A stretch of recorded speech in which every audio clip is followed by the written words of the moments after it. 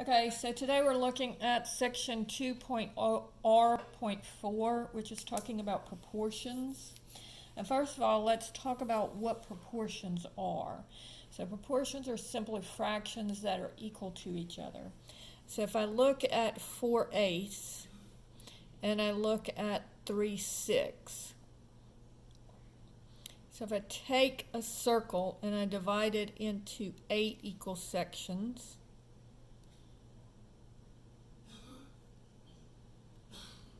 and I color in 4 of them, or if I take a circle and I divide it into 6 equal sections, and I color in 3 of them, notice that I've colored in the same amount of the circle. So these two fractions are equal to each other. And as a matter of fact, I can see that if I reduce this one, that both the numerator and denominator are divisible by 4, it would equal 1/2, which you can see here on the circle. And the same thing here, if I divide the numerator and denominator by 3, it would also equal 1/2, which again you can see here on the circle. And so proportions are simply fractions that are equal to each other. So one thing that they may ask us to do is they may ask us to verify a proportion. So if I have 6/8, and I want to know, is it equal to 15/20? So there's a number of ways that I can do it. First, I can just reduce both of the fractions. So notice if I divide the numerator and denominator here by 2, I get 3/4. And if I divide the numerator and denominator here by 5, I get 3/4. So this is the first way to look at a proportion and see if they are equal. Another way that we can do it is we can cross multiply. And so I take the denominator of one fraction, bring it up to the other side, and I take the denominator of the other fraction, bring it up and across. So it's called cross multiplying because everything goes across. So this would be 6 times 20, and see if that's equal to 8 times 15. So 6 times 20 is 120. And 8 times 15, also 120. And so that's another way that you can verify a proportion. Okay? Problem number 2 says 5/8 is equal to 7/10. Now notice, neither of these fractions can be reduced, so we do know that they're not going to be equal. So you would just, on the homework, you would just say not a proportion. We could check it by cross multiplying, and 10 times 5 would be 50, and then 7 times 8 would be 56. And you can see they are not equal, so that means that our original fractions are not equal either. Now, another thing that they might want us to do is solve a proportion. And so if I have problem number 1, x over 12 is equal to 2/3. Now, again, on this one, I can work it a number of ways. I can cross multiply. So this would be way A. And that would give me 3 times x is equal to 2 times 12. So 3x is equal to 24. And then divide both sides by 3. And I get x is equal to 8. So that's one way to do it. Or I can simply make my denominators the same. So I have x over 12 equals 2 over 3. So if I want to make the 3 into a 12, it needs to be multiplied by 4. So I'm going to multiply here, numerator and denominator by 4, because remember, anything you do in the numerator, you have to also, in the denominator, you have to also do, anytime you multiply in the denominator, you have to multiply in the numerator. And so this would give me x over 12 is equal to 8 over 12. And then once my denominators are the same, I can just look and see that my numerators have to be the same as well. And so I get x is equal to 8. Okay. Problem number 2. 4 over 8 is equal to 5 over x. Now, before we start to work this problem, I want to show you that we have a restriction here on our x. Notice, remember, the denominators cannot equal 0. We've talked about that a lot in this class. Denominators cannot equal 0. So since I have an x in the denominator, my x cannot equal 0. Now notice in the first problem, the x was in the numerator. And so there were no restrictions because you can have anything you want in the numerator. It can be 0 or whatever. But if they ask you what are the restrictions here, x could not equal 0 because that would make my denominator 0. All right, so now let's work this problem. So the first way I'll do it is by cross multiplying. So this would be 4x is equal to 5 times 8, which would be 4x is equal to 40. Divide both sides by 4, and I get x is equal to 10. So that's way A. Way B is to go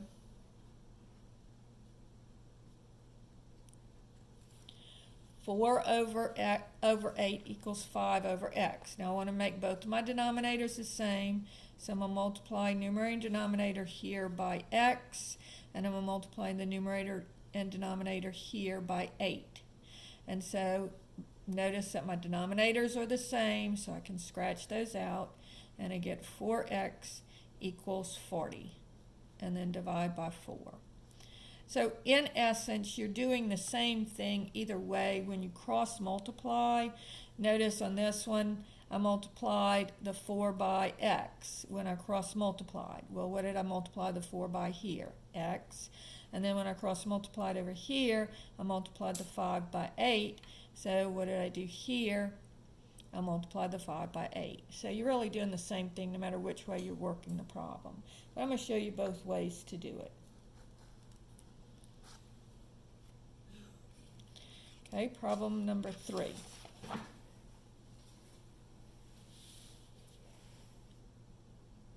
Says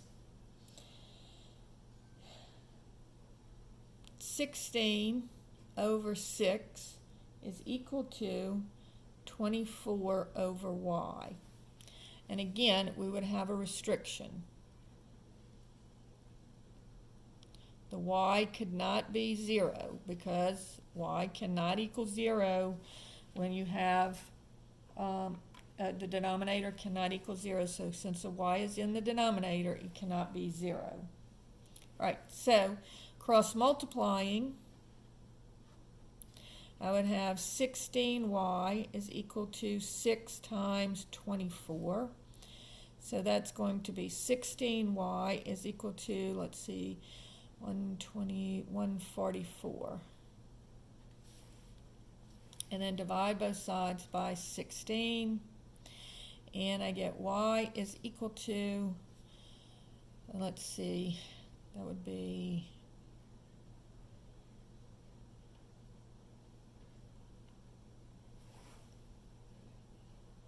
sorry, my brain is going dead. 144 divided by 16 is 9. Sorry about that. All right, so that's doing it that way. If I do it the other way, I have 16 over 6 equals 24 over y. So this one I would multiply my numerator and denominator by y. And this one I'd multiply my numerator and denominator by 16. And then, excuse me, not by 16, by 6. And so notice I have 6y and 6y here, so I can scratch my denominators, and I get 16y equals 144, and divide by 16, and I get y is equal to 9. So either way that I do it, it's pretty much the same thing. Notice the restrictions on the denominator. Also notice this one would be an easier problem if I reduce my fraction first. Notice that the 16 and the 6 are both divisible by 2. So this becomes 8 over 3 is equal to 24 over y.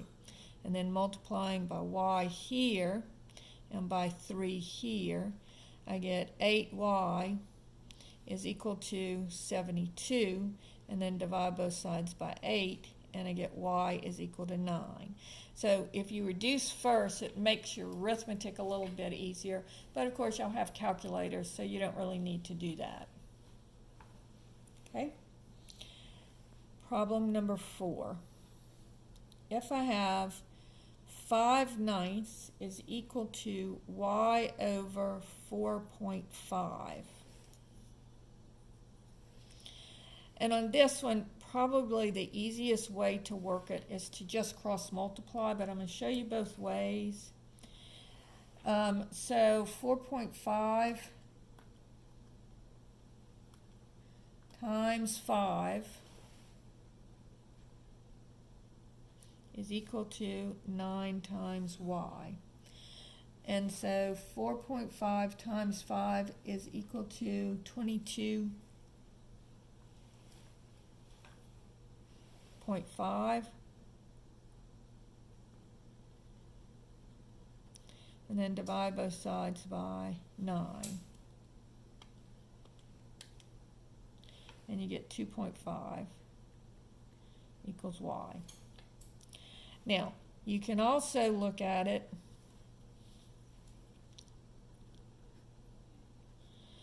if you see this, you can see that 4.5 is half of 9. So if I multiply my numerator and denominator here by 2, I get 5 is equal to 2y.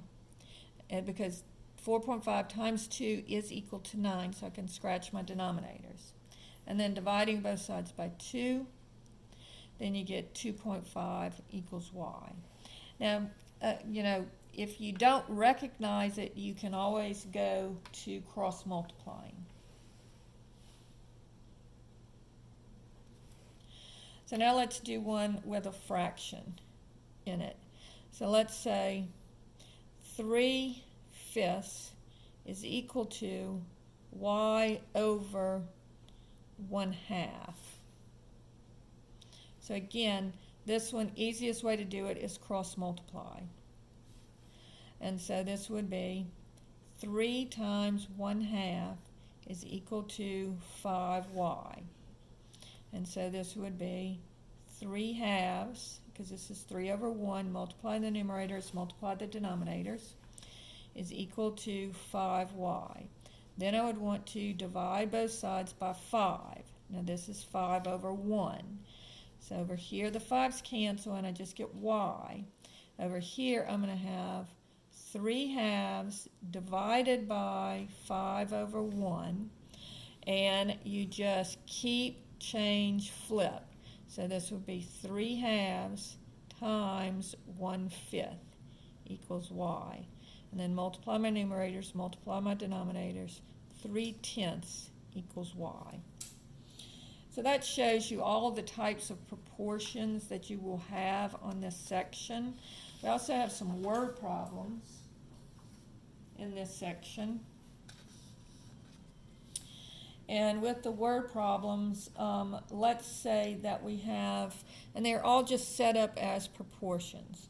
So let's say that we have a motorcycle that can go 352 miles using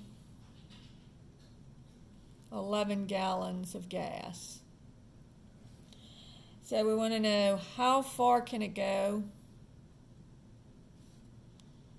on 15 gallons of gas. So we're just going to set it up miles over gallons equals miles over gallons. So it goes 352 miles on 11 gallons. Then we want to know how many miles, so that's our X, on 15 gallons. And so now cross multiplying, I get 352 times 15 equals 11X. So using my calculator, I have 352 times 15 equals 5280 equals 11X, and then divide both sides by 11.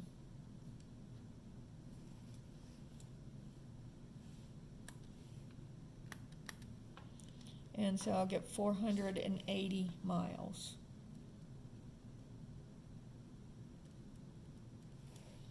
So that's how you set these up. Let's say that we have an architect who says that for every ½ inch, she's drawing a scale model of a room, and every 1/2 inch on the model is equal to 10 feet of the room. So then she wants to know, if I have 6 inches, how many feet would that be? So this would be X. So it's 10 feet over, if I do feet over inches, or I can do inches over feet, it doesn't matter which way I do it. So 10 feet over 1/2 inch is equal to X feet over 6 inches. Or I could set up my proportion, 1/2 inch over 10 feet equals 6 inches over X feet. And then cross multiplying, I get 60 is equal to 1/2 X. So now multiply both sides by 2, or divide by half, either way you want to look at it. I want to get rid of this 2 in the denominator, so I multiply by 2. So I get 120 feet is equal to X. Let's say that I have a problem where it says I have a brother who lives 352 miles away.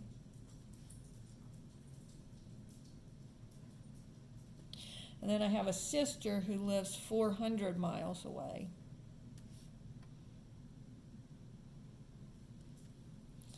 And then it says it takes 5 hours to reach the sister's house.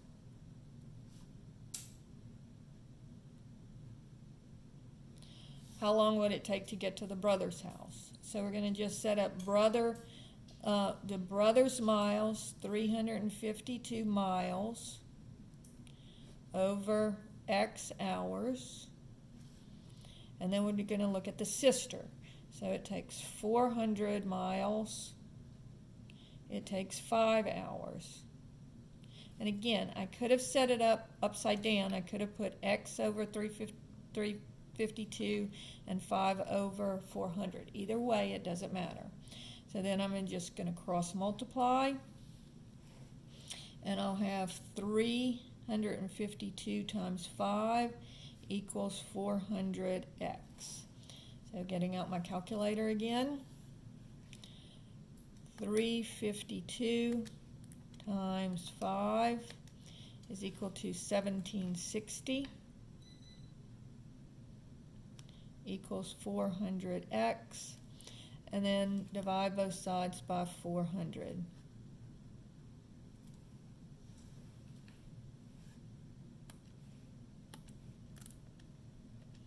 And I get 4.4 hours equals X. And so that's how you work that type of proportion. Now they also have some proportions that are dealing with similar triangles. So let's say that this triangle is similar to this smaller triangle. And let's say that this is 12, 5, and 13. And I know that this side is x, but I don't, is 8, but I don't know this side or this side. So we're going to set up proportions to do to find out x, and then we'll set up a different proportion to find out what y is. So on this one, if I'm looking for x, notice I want to go from x to the number that I know. So it would be x over 8 is equal to, and then I want the same sides of the triangles but on the other triangle. So the x corresponds to 13 and the 8 corresponds to the 12. So first you write the problem that you're looking for to figure out what x is, x over 8, and then you do the corresponding sides for the other fraction. And so then cross multiplying again, this would be 12x is equal to 13 times 8 equals 104. And then divide both sides by 12, and I get x is equal to